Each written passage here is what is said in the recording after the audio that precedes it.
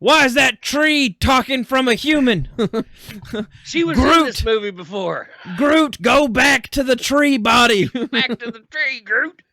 He learned too many words.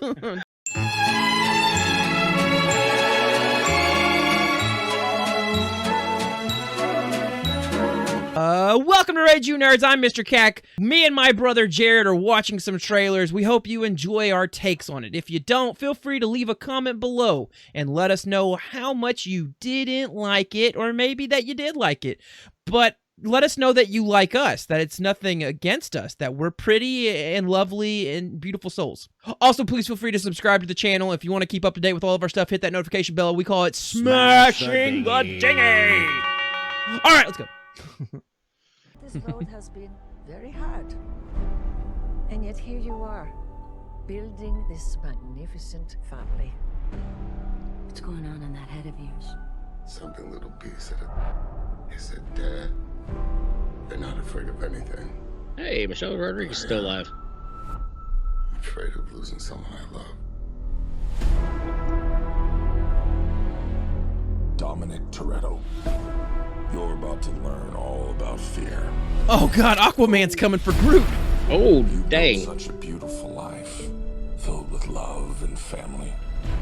I never got that chance. Gonna take it all. You stole that from me. You stole my family. My future, Oh, they're retconning him into it. Oh. my family. And now, Oh, that's kind of I'm gonna clever. break yours. Piece by piece. That's a hell of a bomb.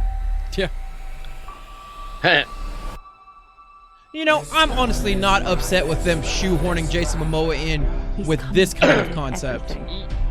Brie Larson, on the other hand. Hey, even John Cena's back. Or you can't see him anyways. I didn't know it was him. Come back for us. But we have to fight. He just punched through a door? Oh shit. he's He doing just John threw Cena someone shit. through a floor. Suffering is owed.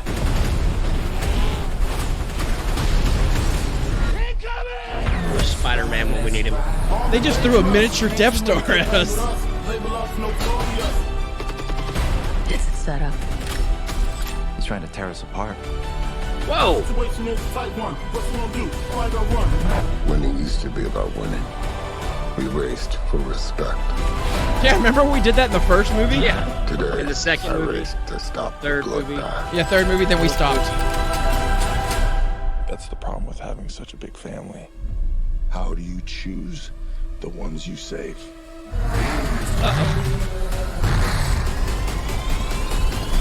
Let's race!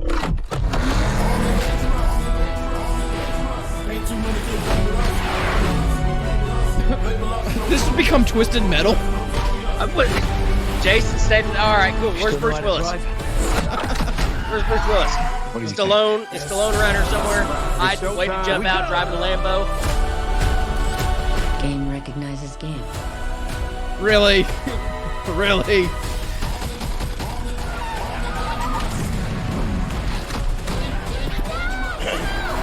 I'm coming for you, son.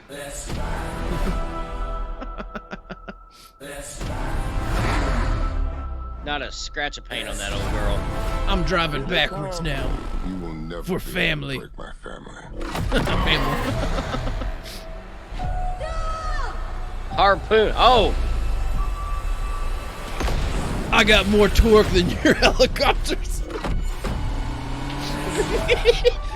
Your helicopters don't have a Hemi. Good morning, sunshine. You gotta be kidding me. Oh, they making clones? I mean, at this point, why not? I feel like we're missing context of what just happened here. Yeah. Well, I'm just one. Okay. The end of the road begins. Love it. Okay. So, See, well, I miss TJ being here right now. The fact that TJ isn't here means that we can go full Kegel Brothers, which is just basically insanity from our minds. How the process goes on this situation is we give our thoughts and opinions on the trailer we just watched. And sometimes that escalates into other things as well. We go Jared, then myself. Then after we've had a round of airing our grievances, we give either a thumbs up or a thumbs down based on how we feel this trailer was. Brother Jared, you're up first. Have fun. My Lord. Okay, so this is one of the weirdest trailers I've ever watched, to where like the first half of the trailer, I was like, cool, this is poetic. It could be good. There's a story here. Because you know me, I love stories. I'm all about stories. Let's tell a story. This looked like it was telling a story, albeit kind of, okay, we're going to bring Jason Momoa in. He's, Aquaman, only like a Cuban, or where that? Italy. Looks like they're in Italy. Correct me if I'm wrong. But I saw the Coliseum. Yeah. Coliseum, yes. Now they could go other places. I don't know. Anyways. That's true. But then about halfway through, I was like, oh, okay, it's just another Fast and the Furious movie. They're going to do a race, and somehow these two bros that are trying to kill each other are somehow going to come together and be like, well, I know I got machine guns and I know all that, but what do you say, you versus me? But I have a feeling there's that race, and some parts of the race we watch is not going to be, a quarter mile drag. I think that's when we see a lot of the bombs and things come in. I'm actually really raging softly on this because there's some things I want to get to, though. So at the end of the day, you played me for a fool, Fast and Furious. You had me convinced for just a second that this was not another Fast and Furious movie. But that's exactly what the gosh darn hell it is. It's another Fast and the Furious movie. It's just got some sad things because he's got a son. So now I got another thing to pull at my heartstrings, and that is I didn't care about it enough to begin with. And I have questions. This is how much I like Fast and the Furious. I saw Tokyo Drift. That guy died in Tokyo Drift. Why is he back? Where did he come from? Did he really not die? Was that in parts 4, 5, 6, 7, 8, and 9? I don't know because I didn't watch them. And I'm not gonna watch this piece of crap either.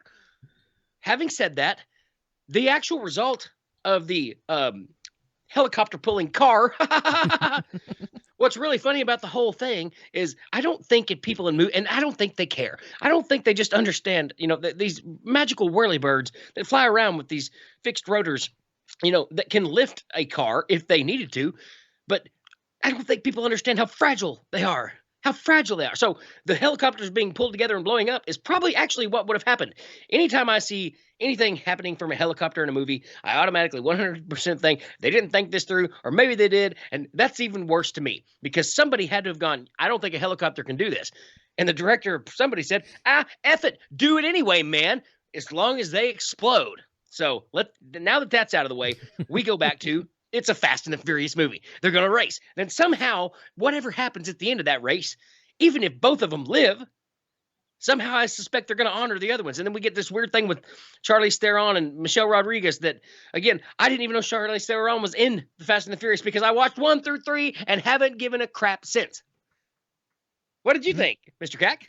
Well, so I agree.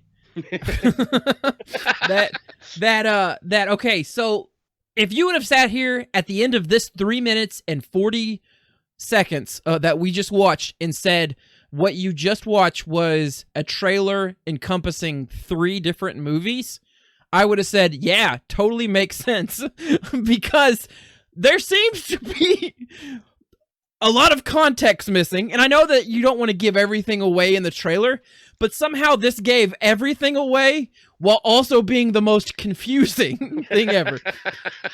Like the fact that they're showing everyone and giving them all different amount of screen time is kind of confusing.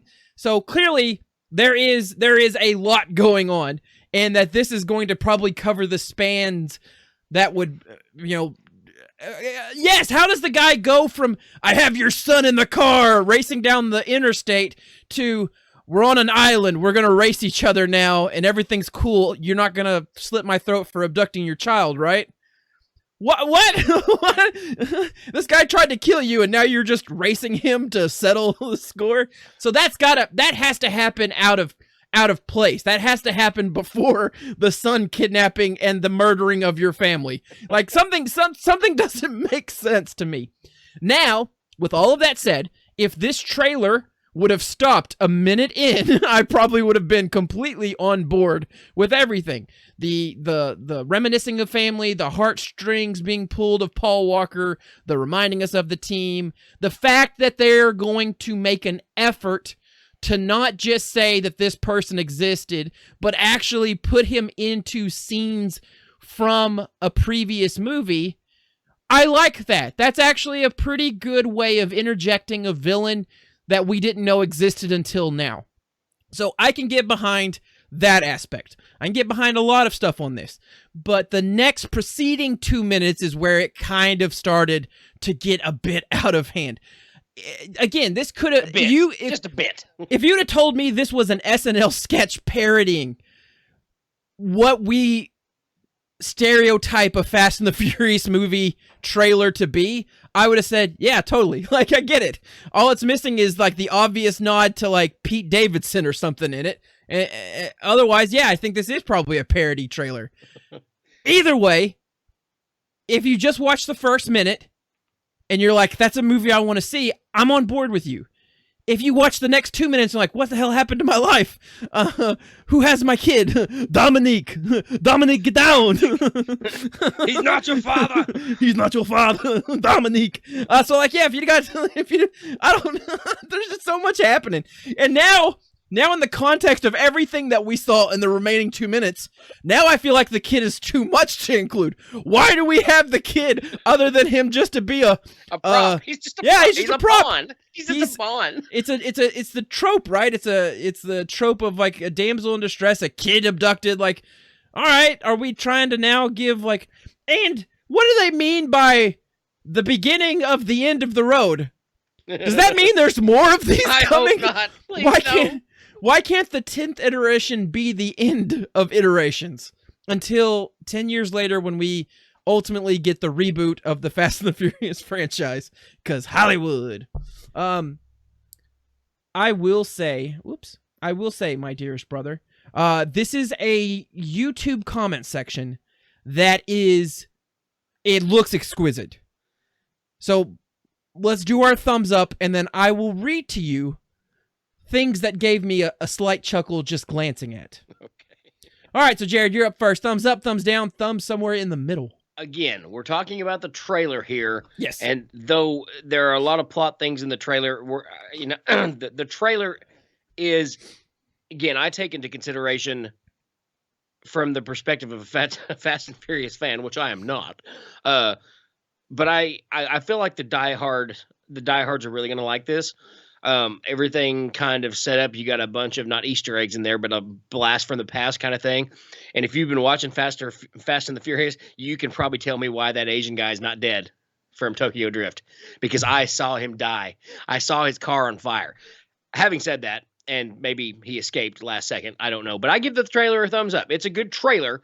Again, I think it's perfectly marketed towards its audience, which are the Fast and the Furious, like that's these people go home and watch Fast and Furious and touch themselves, those kind of people.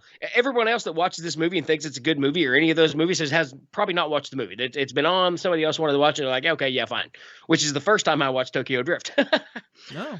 And then I was like, wow, this is actually kind of a good one. So anyway, but yeah, trailer, it's a great trailer. It really is. And again, it markets great to its target audience.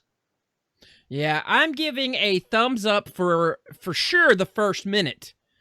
I'm giving a thumbs in the middle for the next minute, and I'm giving a thumbs down for the last minute because that's when they just blow up helicopters and have people in all white waking up in laboratory trailers. Like, I don't know. I don't know. I granted, yes, I'm with you there. I do not know what is going on. I do not know how Vin Diesel not Vin Diesel, but his character Dom has such, he's so much of a seasoned vet at this time. 2 helicopters harpoon him and attempt to float him away. And he was like, nah. I'm just going to drive fast. I'm just going to drive faster. F your helicopter.